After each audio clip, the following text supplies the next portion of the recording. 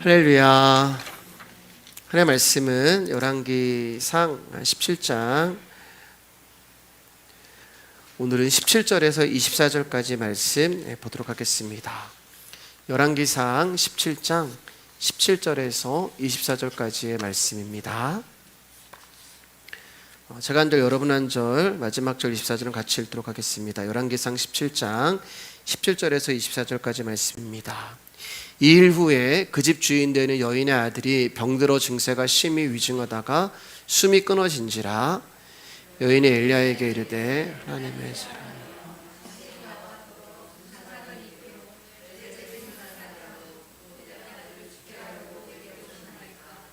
엘리야가 그에게 그의 아들을 달라 하여 그를 그 여인의 품에서 받아 안고 자기가 거처하는 다락에 올라가서 자기 침상에 누이고,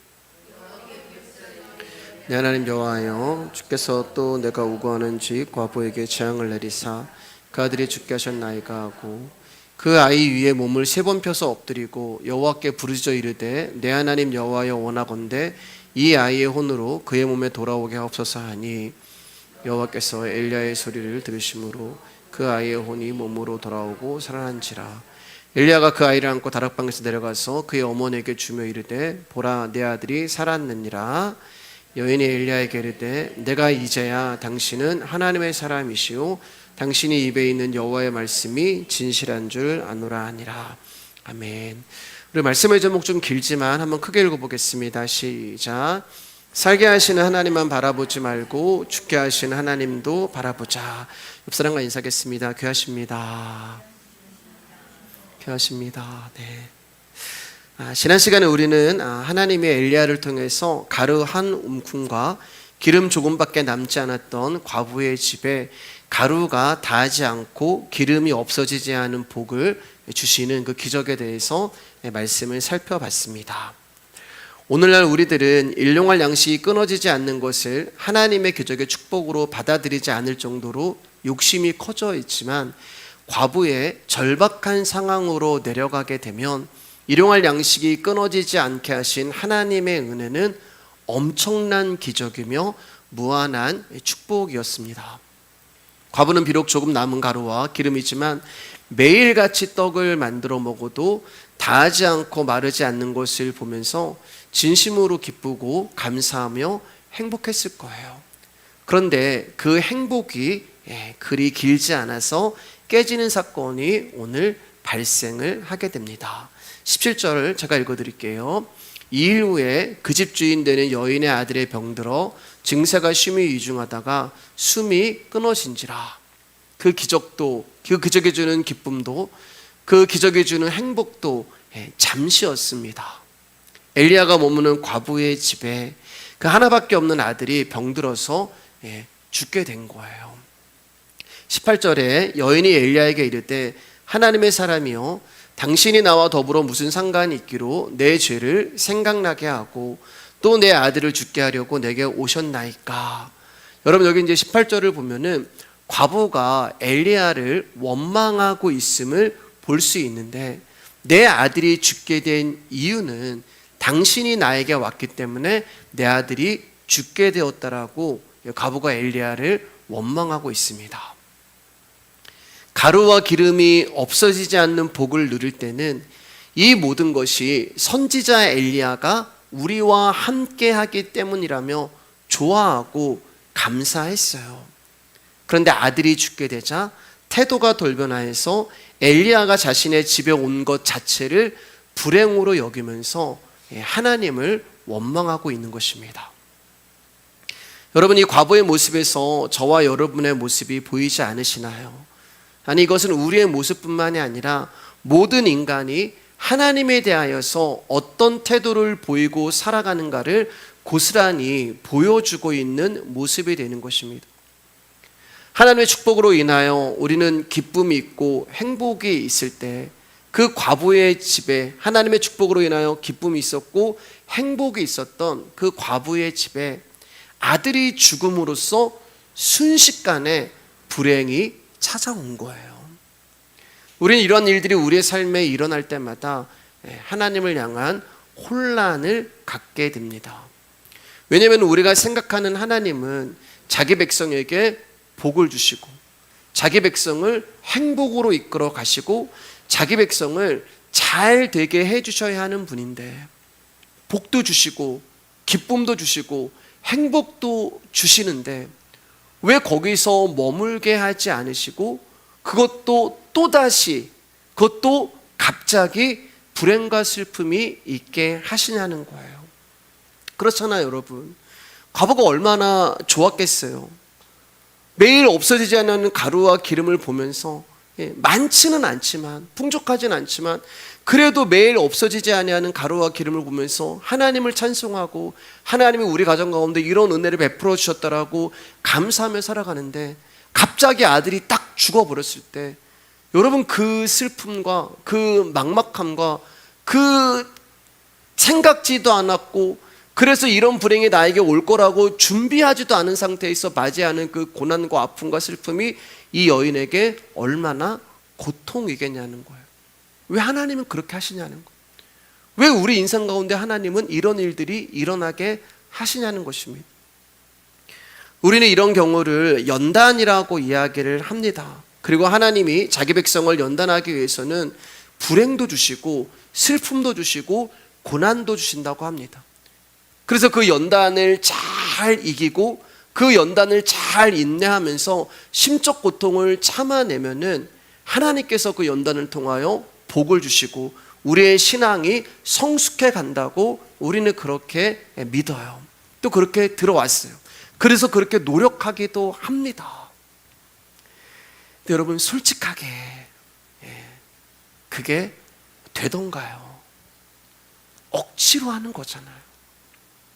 억지로 참고 억지로 견디고 억지로 인내하면 여러분 우리 신앙이 성숙하고 정말 성장하던가요? 물론 아주 없다고 말할 수는 없겠죠. 그러나 신앙의 연단이라는 것은 나에게 찾아오는 고통스러운 일을 억지로 견뎌내는 것을 의미하지 않습니다. 그럼 하나님이 우리 가운데 왜 이런 고난과 고통을 허락하신 걸까? 하나님은 우리에게 원하시는 것이 있어요. 그게 뭐냐면은 당신의 백성들이 당신을 알기를 원하십니다. 하나님은 자기의 백성들이 당신을 알아가기를 원하세요. 그래서 하나님이 때로는 우리 가운데 축복도 주시지만 때로는 고통스러운 일도 함께 주심으로 말미암아 그 모든 것들을 우리가 거쳐가는 과정을 통하여서 하나님이 어떤 분이신가는 것을 우리 가운데 알려주시는 것입니다. 왜냐하면 성도의 진정한 기쁨과 행복은 없어지지 아니하는 가루와 기름이 아니라 하나님을 아는 것에 달려있기 때문에 그래요. 과부는 가루와 기름이 없어지지 않는 축복에서 자신을 살리시는 하나님을 봤을 거예요. 나를 하나님이 이렇게 생각하시는구나. 하나님이 나를 이렇게 걱정하시는구나. 그래서 하나님의 사자를 나에게 보내셔서 나를 하나님께서 살게 하시는구나. 그 하나님을 찬송했을 것입니다. 그런데 갑자기 아들이 죽어버렸어요. 엄밀히 말하면 하나님의 아들을 죽이신 것입니다. 여러분 과부에게 이런 하나님은 없었거든요. 여러분 우리가 믿는 하나님은 이런 하나님 우리 가운데 없을 거예요.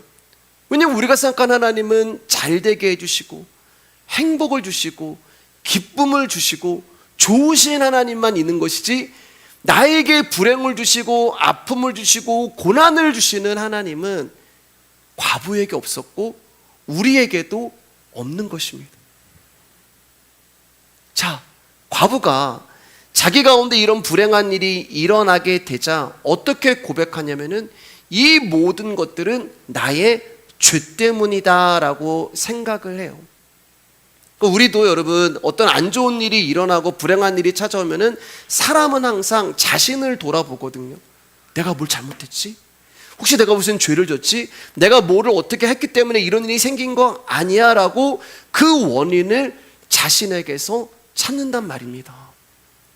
그러니까 사랑하는 여러분, 사람이라는 존재는요, 내 인생에서 안 좋은 일들이 일어나고 불행한 일들이 일어났을 때 그것을 하나님의 뜻과 섭리로 보지 못한다는 거예요. 사람이라는 존재는 그 모든 불행한 일들을 나의 죄에 대한 하나님의 심판의 결과로 이해를 한다는 것입니다. 그래서 과부 역시 하나님의 사람인 엘리야가 자신에게 찾아옴으로 말미암아 자신의 죄에 대한 심판으로 아들이 죽었다고 원망을 하고 있는 거예요. 그래서 18절 말씀 가운데 다시 한번 읽을게요. 시작. 여인이 엘리야에게 이르되 하나님의 사람이여 당신이 나와 더불어 무슨 상관이 있기로 내 죄를 생각나게 하고 또 내 아들을 죽게 하려고 내게 오셨나이까. 이렇게 이제 원망을 하는 거예요. 여러분, 엘리야는 얼마나 마음이 아팠겠습니까? 자기에게 은혜를 베풀고 자기에게 거처를 주고 있는 그 집 가운데 이런 아픈 일이 일어났을 때 여러분, 엘리야 마음이 얼마나 괴로웠겠어요. 그래서 엘리야가 19절 가운데 그에게 아들을 달라 하여 그를 그 여인의 품에서 받아안고 자기가 거처하는 다락에 올라가서 자기 침상에 누인 거예요. 그 죽은 시체를 자기 침대에 누인 것입니다. 그리고 하나님께 부르짖어서 이렇게 기도하죠. 우리 같이 한번 다시 읽을게요. 시작. 여호와께 부르짖어 이르되 내 하나님 여호와여 주께서 또 내가 우거하는 집 과부에게 재앙을 내리사 그 아들이 죽게 하셨나이까 하고 그 아이 위에 몸을 3번 펴서 엎드리고 여호와께 부르짖어 이르되 내 하나님 여호와여 원하건대 이 아이의 혼으로 그의 몸에 돌아오게 하옵소서 하니 여호와께서 엘리야의 소리를 들으심으로 그 아이의 혼이 몸으로 돌아오고 살아난지라. 엘리야가 그 아이를 안고 다락방에서 방으로 데려가서 그의 어머니에게 주며 이르되 보라 내 아들이 살아났느니라. 하나님이 엘리야의 부르짖는 소리를 들으시고 그 아이의 혼이 몸으로 돌아오게 하심으로 이 아이가 다시 살아나게 돼요. 여러분, 말씀을 준비하면서 근데 조금 좀 이렇게 짜증이 나더라고요. 그게 뭐냐면은 뭐 병 주고 약 주는 것도 아니고 하나님이 좀 우리를 가지고 노나? 이런 이제 생각이 드는 거예요. 하나님 병 주고 약 주는 것도 아니고 어차피 이렇게 다시 살려내실 거면 왜 아이를 죽게 하셨습니까? 그런 질문이 이제 드는 거예요. 하나님이 당신의 능력을 좀 자랑하고 싶어서 이러신 것일까? 아니면 엘리야를 좀 높이시려고 이렇게 하시는 걸까? 21절을 보면은 엘리야가 죽은 아이의 몸 위에 올라가서 3번이나 엎드리는 것을 볼 수 있죠. 엘리야는 왜 이렇게 했을까? 우리 창세기 23장 3절 말씀 한번 보겠습니다. 시작. 그 시신 앞에서 일어나 나가서 헷 족속에게 말하여 이르되, 이것은 이제 아브라함이 자기 아내 사라가 죽었을 때 헷 족속에 가가지고 내 아내가 죽었으니 장사할 땅을 좀 나에게 주십시오라고 말을 하는 거예요. 근데 여기 보면 우리말 성경에서는 시신 앞에서 일어나 나가서 이렇게 이제 이야기를 하고 있잖아요. 그런데 여러분, 원어에는 나가서라는 말이 없어요. 그러니까 직역을 하면은 아브라함이 시체 앞에서 일어났다, 이런 말이 되는 것입니다. 그리고 여기 이제 시신 앞에서라고 하는 이 정확한 뜻은 그 시체의 얼굴 앞에서라는 뜻이 되는 거예요. 그러니까 어떤 이제 의미가 되냐면은 사라가 죽었을 때 아브라함이 오늘 엘리야처럼 사라의 그 시신 위에 올라가서 사라의 얼굴과 자신의 얼굴을 맞대고 사라의 손과 자신의 손을 맞대고 그리고 사라의 발과 자신의 발을 포갠 것입니다. 열왕기하 4장 32절 34절입니다. 시작. 엘리사가 집에 들어가 보니 아이가 죽었는데 자기의 침상에 눕혔는지라. 들어가서는 문을 닫으니 2사람뿐이라. 엘리사가 여호와께 기도하고 아이 위에 올라가 엎드려 자기 입을 그의 입에 자기 눈을 그의 눈에 자기 손을 그의 손에 대고 그의 몸에 엎드리니 아이의 살이 차차 따뜻하더라. 엘리야의 이제 제자인 엘리사에게도 이런 일이 일어났어요. 수냄 여인의 집에서 머물게 되었는데 그 여인의 아들이 죽었습니다. 그러자 엘리사가 그 죽은 아들을 침상에 눕히고 그 죽은 아이의 눈에 자기의 눈을 맞대고 그 아이의 입에 자기의 입을 대었다가 그 얼굴 위에서 일어나자 그 아이가 살아난 거예요. 여러분, 오늘 그 사르밧 과부가 뭐라고 이야기하냐면은 이렇게 고백을 하죠. 내 아들이 죽은 것은 나의 죄 때문에 죽은 거다라고 고백을 해요. 맞아요, 여러분. 우리라는 존재는 전부 죄로 인하여 죽음에 처하게 된 자들입니다. 우리는 다 사망 가운데, 허물 가운데 죽은 자들이에요. 근데 저와 여러분들이 죽지 않고 살아났단 말이에요. 그러니까 이 장면은 하나님이 죄로 말미암아 죽은 당신의 자녀들을 어떻게 살려내시는가를 엘리야의 행위를 통하여서 우리 가운데 알려주시기를 원하시는 거예요.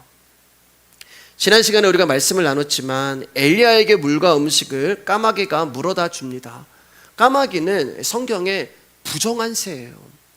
그리고 엘리야가 머물고 있는 이방인 사르밧 과부 역시 부정한 존재입니다. 이방인이기 때문에요.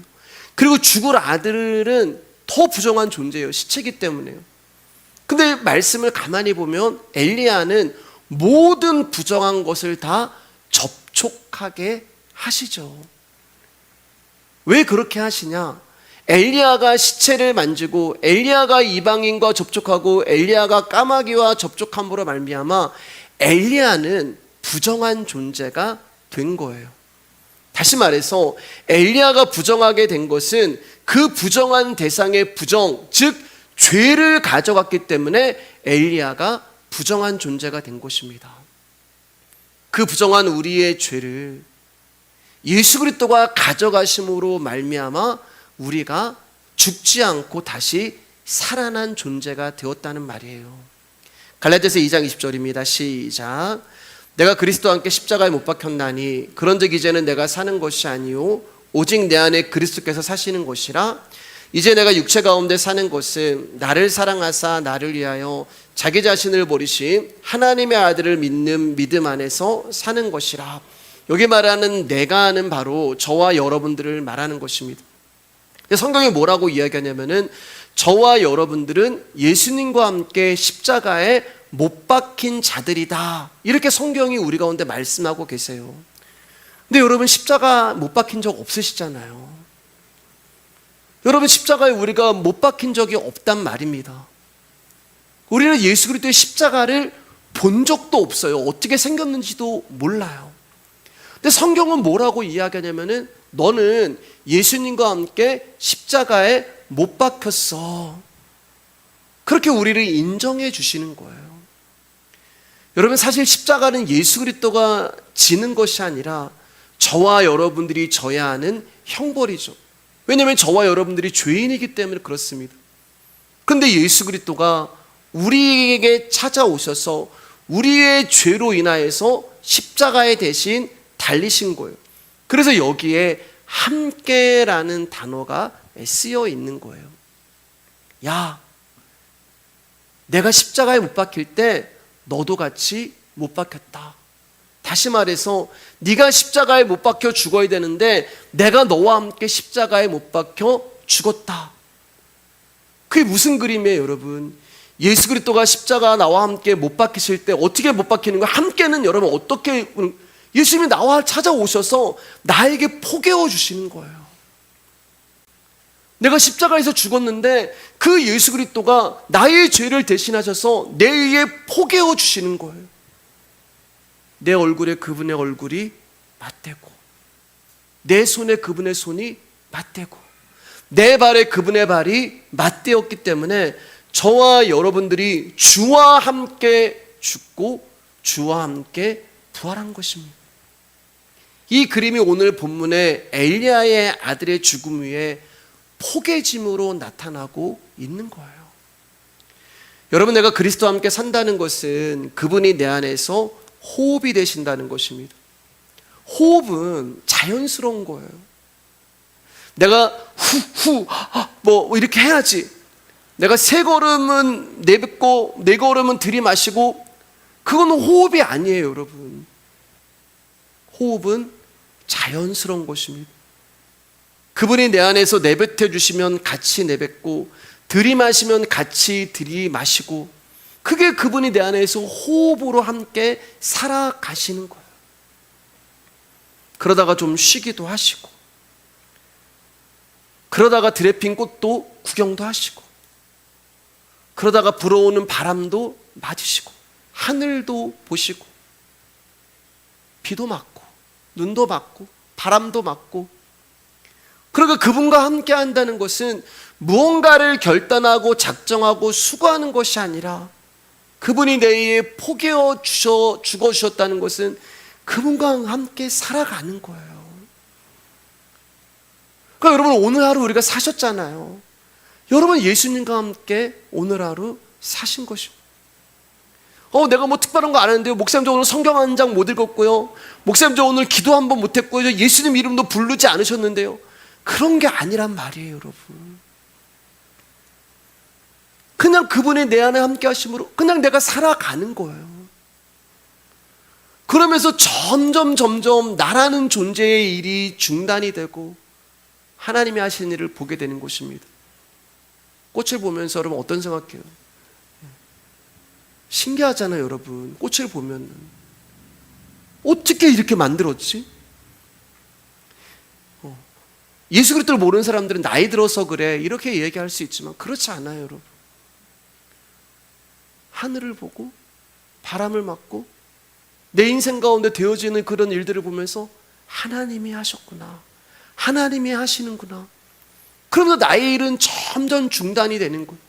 그리고 결국에는 내 호흡으로 사는 것이 아니라 내 호흡이 멈췄을 때 그분이 나에게 태초해 주신 호흡으로 우리가 영원히 살게 되는 것입니다. 나는 주님의 잔을 마실 수 있습니다라고 비장한 각오를 하는 사람이 아니라 나로서는 안 되는구나 라면서 그 비장한 각오를 풀고 그리스도와 함께 십자가에 못 박히는 일이 바로 저와 여러분들의 일이 되는 거예요. 자, 다시 본문으로 돌아올게요. 24절입니다. 크게 시작.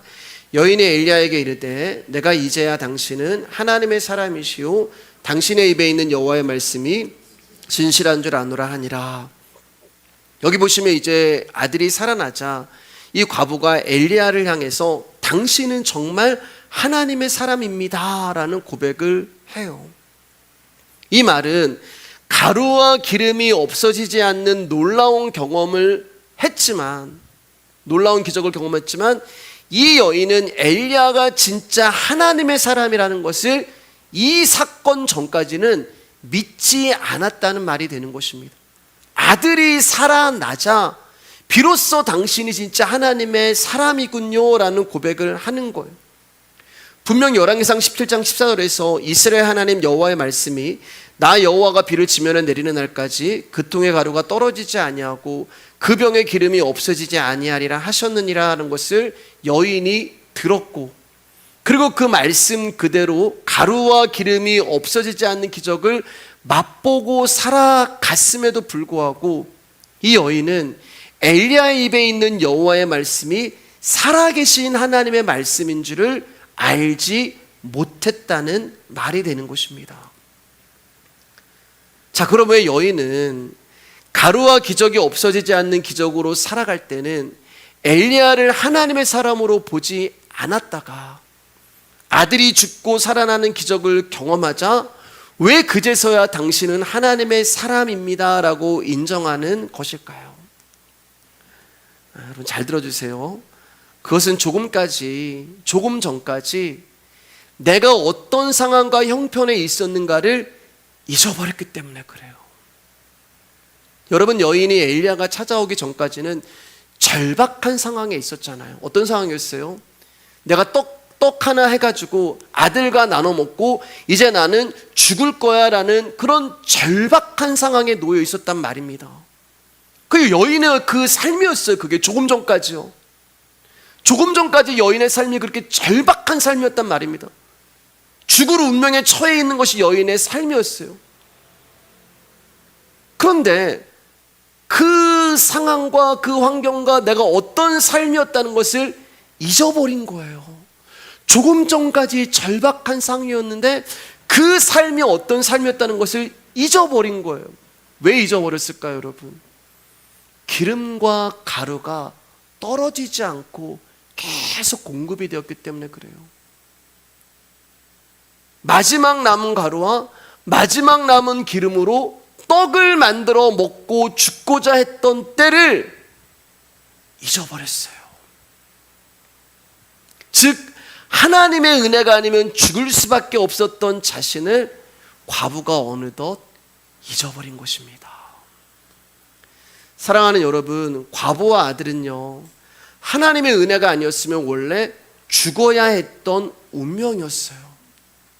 그런데 하나님의 말씀이 굶어 죽어야 하는 그들을 찾아오셔서 그들에게 긍휼을 베푸심으로 과부와 아들이 죽지 않고 지금까지 살게 된 거란 말입니다. 그런데 과부는 아들이 죽게 되자 하나님을 원망하고 엘리야를 원망하는 거예요. 그럼 어떤 말을 하는 거예요? 조금 전까지 죽을 운명이었단 말입니다. 엘리야가 찾아오지 않았으면 과부도 죽고 아들도 죽어야 했어요. 근데 지금 엘리야를 원망하고 하나님을 원망한다는 것은 내 아들은 죽지 않는 존재야. 나는 죽지 않고 살아갈 수 있는 아들이었고 나였는데 네가 찾아옴으로 나에게 이런 불행이 온 거야. 아니잖아요, 여러분. 엘리야가 찾아오지 않았으면 이 여인은 죽었고 아들도 죽어야 됐어요. 이미 죽어, 진작 죽어야 됐단 말입니다. 근데 원망해요. 내가 어디서 어떻게 구원을 받은가를 잊어버린 거예요. 내가 어떤 상황에 있었는가를 잊어버린 거예요. 마지막 남은 가루와 기름으로 떡을 해먹고 죽어야지라고 하는 그 절박한 상황을 잊어버린 거예요. 그러니까 결국 사람이 잊고 있는 것은 내가 죽어였어야 할 자라는 것을 잊어버리는 거예요. 그걸 보지 못하는 거예요. 내가 죽었어야 할 자인데 하나님이 살게 하신 것이고, 내가 죽었어야 할 자인데 하나님이 은혜를 베푸신 것이고, 내가 심판받아야 하는 존재였는데 하나님이 나를 불러주신 것이고, 실패했어야 할 사람인데 하나님이 나를 붙들어 놔 주셨구나라는 것을 잊어버린 거예요. 거기서 뭐가 와요, 여러분? 당연함이 옵니다. 당연함이 오는 거예요. 숨을 쉬는 거 당연하게 여기는 거고, 가루와 기름? 당연히 주셔야지 하는 거고, 그거 당연히 해주셔야 되는 거 아니야? 내가 어떤 존재라는 걸 잊어버리니까 당연함이 오는 거예요. 내가 누리고 있는 모든 것을 당연한 것으로 여기는 것입니다. 우리는 우리에게 아무런 일도 일어나지 않으면 믿음이 좋고 신앙이 좋은 것처럼 행동을 해요. 그러나 고난이 오기 전까지는 그 사람의 믿음이 있는지 신앙이 있는지 우리는 알 수가 없어요. 조금만 나에게 해가 되고 조금만 나에게 어려움이 찾아오면 평소의 은혜를 아는 것처럼 떠들고 복음을 아는 것처럼 자랑하지만 그 모습은 순식간에 다 사라지고 하나님을 원망하고 불평의 태도로 돌변하는 것이 바로 저와 여러분이란 말입니다. 그래서 하나님 우리 가운데 고난을 주시는 거예요. 우리를 흔드시는 거예요. 네 모습이 어떤 모습인지 봐라. 하나님은 과부가 가루와 기름이 없어지지 않는 기적에서 단지 하나님의 은혜로 산다는 것을 인정하는 거기에 머물기를 하나님은 원하지 않았어요. 내가 가루와 기름으로 사는구나, 은혜로 사는구나, 그 정도 수준을 원하시는 게 아니라 하나님은 과부가 죽고 사는 모든 것이 하나님께 있음을 알기를 원하셨습니다. 그럼 무슨 말이에요? 나를 살게 하시는 하나님만 바라보게 하는 것이 아니라 오늘 말씀의 제목처럼 나를 죽게 하시는 하나님도 바라보게 하시는 거예요. 그런데 사람들은 자신을 죽게 하시고 실패하게 하시고 넘어지게 하시는 하나님에 대해서는 전혀 생각하지 않으려고 합니다. 이 과부처럼 아예 그런 하나님은 있을 수 없다고 생각을 해요. 때문에 넘어지고 실패하고 고통이 있을 때 혼란을 겪게 되고 실망과 낙심과 원망이 나오게 되는 거예요. 사랑하는 여러분, 신앙의 출발은 하나님을 아는 것에서 시작을 합니다. 하지만 나를 이롭게 하시는 사랑과 자비의 하나님만 여러분 아시면 안 돼요. 진심으로 죽고 사는 모든 문제가 하나님께 있음을 깨닫고 하나님께 모든 것을 의탁하는 것이 믿음이고 신앙인 것입니다. 그래서 여러분, 우리는 신앙생활 하면서 여러분 인생의 손에 주어지는 행복을 추구하는 것이 아니라 하나님 알아가는 것에 목숨을 거셔야 되는 거예요. 왜냐하면 하나님 주시는 축복은 나의 행복에 있는 것이 아니라 죽이기도 하시고 살리기도 하시는 여호와의 선하심을 맛보는 것에 있기 때문에 그렇습니다. 우리가 평소 때에는 세상에서 젊은 사자처럼 설치다가 궁핍해지면 잠시 피난처가 되시는 분이 하나님이 아니란 말이에요. 여러분, 우리는 항상 하나님께 붙어 있어야 하는 것이고, 도저히 참 행복을 찾을 수 없는 이 세상을 떠나서 항상 거처하는 곳이 그분의 품 안이 되어야 하는 것입니다. 무슨 말이냐면 그분과 동행함이 나에게 행복이요 기쁨이요 그 자체가 피난처가 되는 거예요. 어떤 처지에 있든 하나님이 해주신 거야. 어떤 상황에 있든 하나님이 당신의 뜻을 이루기 위한 무대 장치야. 그게 범사에 하나님의 뜻을 발견할 수 있는 거예요. 언제 어디서나 하나님과 함께하고 하나님 품 안에 있는 자신을 발견하는 것이 성도가 되는 것입니다. 그래서 성도는 여러분, 어떤 상황에 현실적으로 처해 있다 하더라도 내가 하나님의 품 안에 있다는 것을 믿게 된다면 여러분, 우리는 불쌍한 자들이 아니에요. 어떤 상황과 어떤 환경 가운데 내가 어려운 가운데 있다 하더라도 하나님이 나와 동행하신다는 것을 보게 되면 우리는 더 이상 불행한 존재들이 아니란 말입니다. 시쳇말로 때려 죽어도 하나님은 내 아버지며 나는 그 아들이라는 것에서 여러분 흔들리지 말아야 하는 것입니다. 말씀 마치겠습니다. 사랑하는 여러분, 하나님의 도움으로 행복 얻으려고 하지 마시기를 부탁드리겠습니다. 그리고 하나님은 그런 행복 우리 가운데 주지 않으세요. 고통이 없는 것이 행복이 아니라 고통이 있음에도 불구하고 하나님이 나와 함께 하시는구나. 불행이 있음에도 불구하고 하나님이 나와 동행하시는구나. 이것을 믿는 것이 진짜 축복이고 행복이시고 이 진리 붙들고 살아가는 저와 여러분들 되기를 주님의 이름으로 축복합니다.